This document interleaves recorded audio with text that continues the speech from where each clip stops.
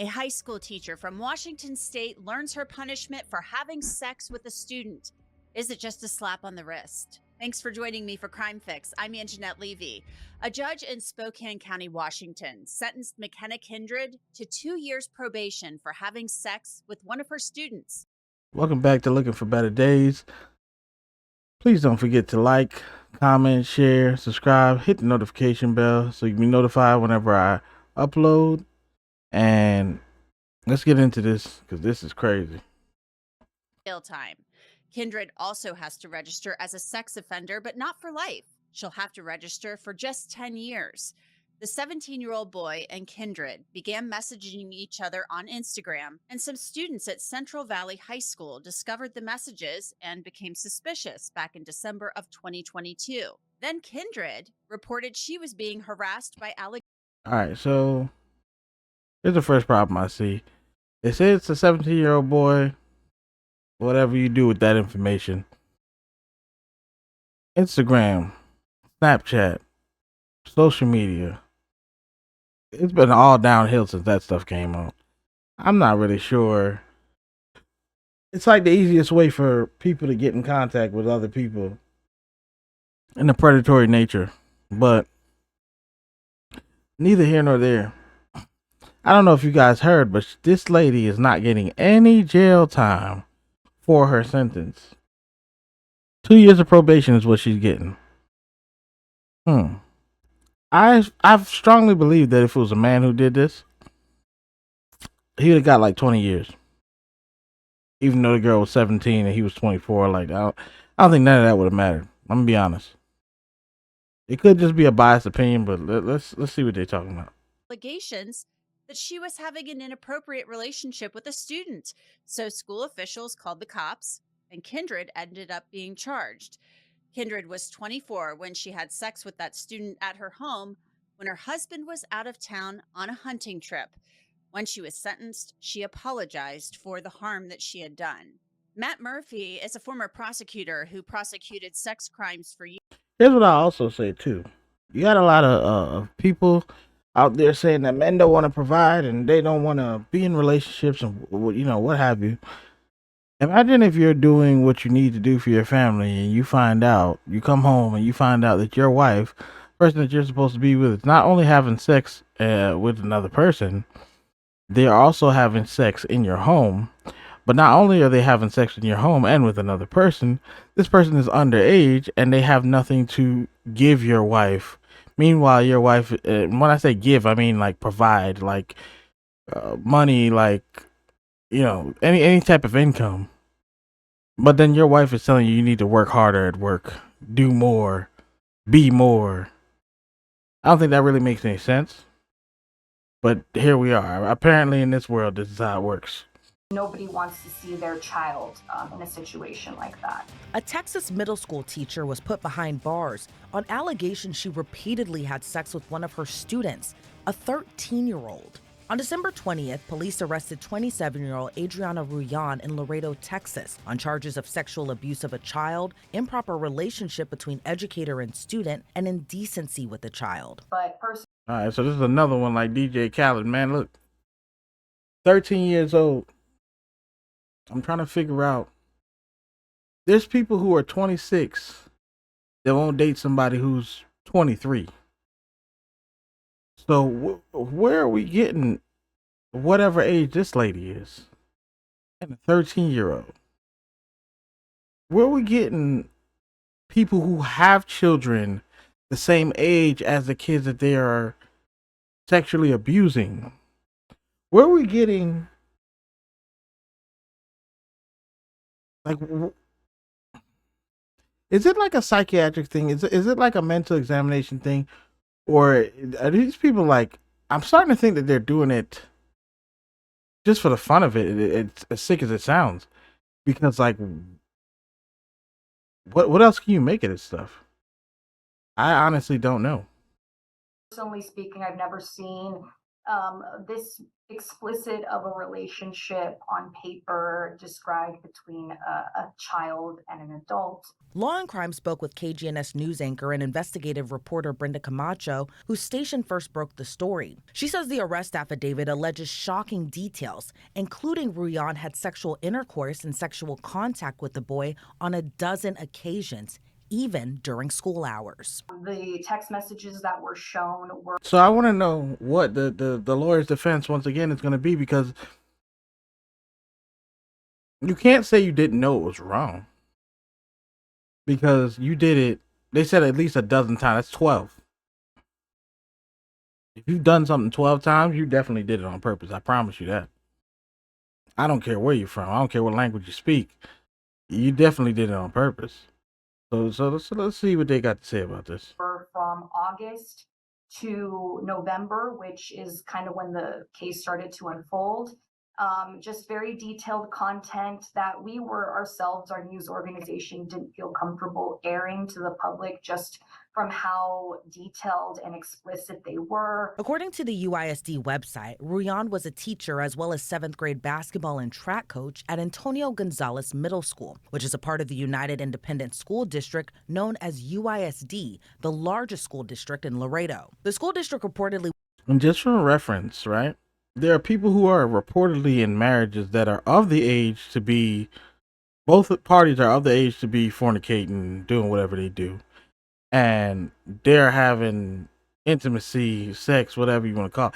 They're having it maybe, 3, 4, 5 times a year. They're complaining about each other in therapy. Like, this lady 12 times in 3 months? She's not playing. Was very tight-lipped on the investigation, never naming Ruyan as the teacher involved in the crime. They sent a press release out to the media, basically referring to a case in which an employee of theirs was arrested. In that statement, they explained that they had done an investigation, that their police department performed the investigation, and that the employee was let go. And imagine how them explicit the information is that they don't want to put it on the news. That's crazy.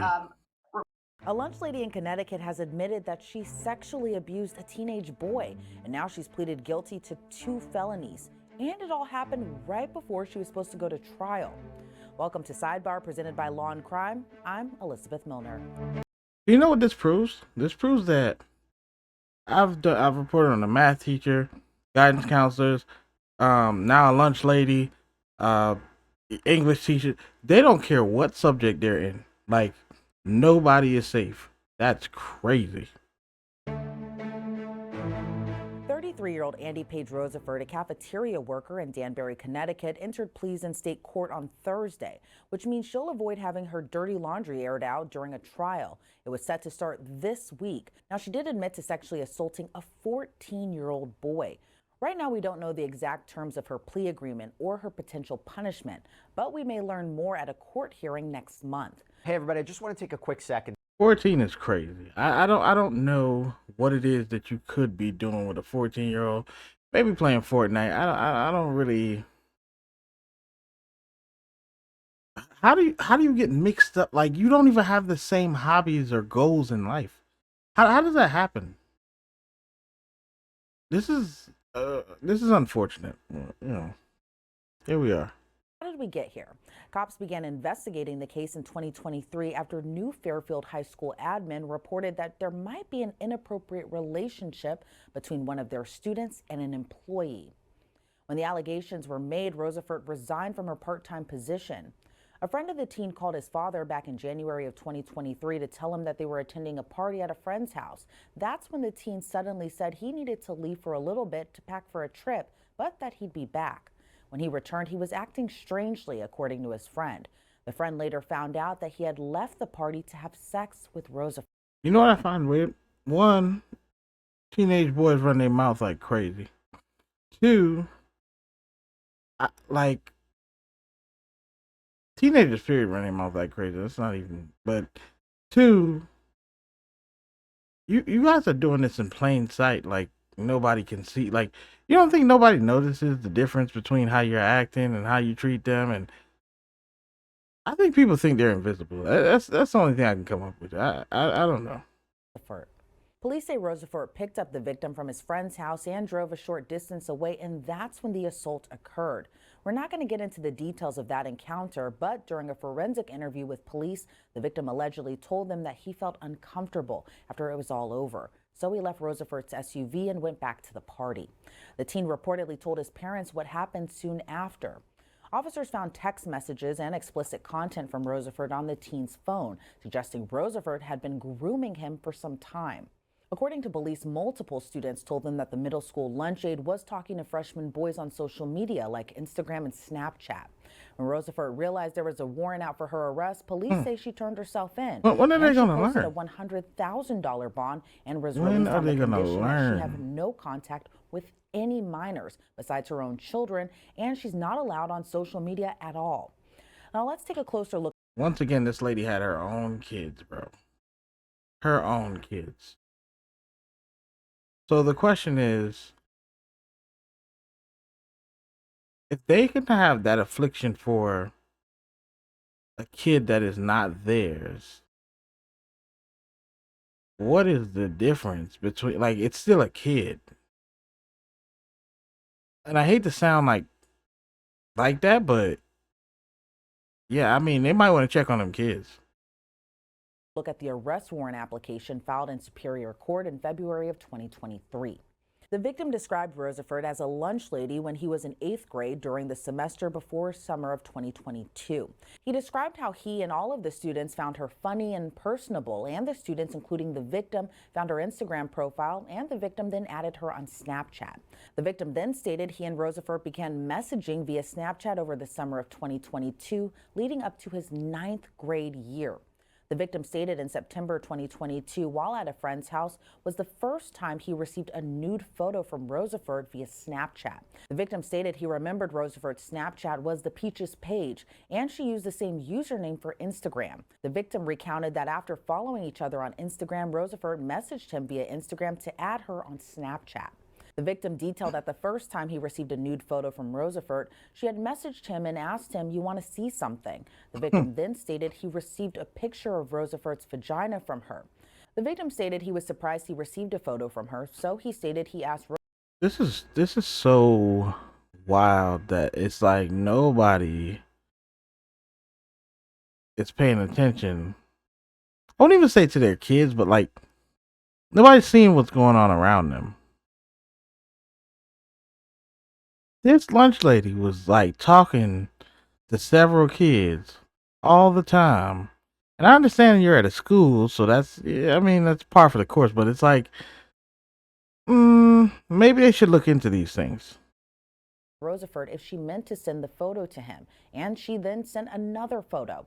The victim stated that many times Rosefort sent unsolicited photos and videos. The affidavit also states that Rosefort specifically asked for the victim to send her photos of his private area.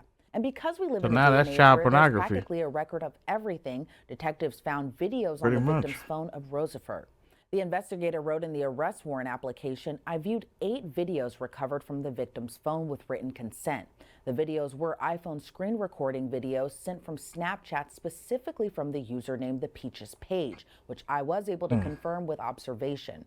The videos all contained explicit content and depicted Rosefort, who I was able to readily identify in lingerie or nude." All right, y'all, this is the end of the video. Please don't forget to like, comment, share, subscribe, hit the notification bell so you can be notified whenever I upload. Join the Discord, links in the bio.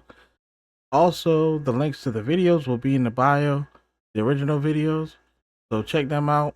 Please be safe, y'all. We'll see y'all on the next one.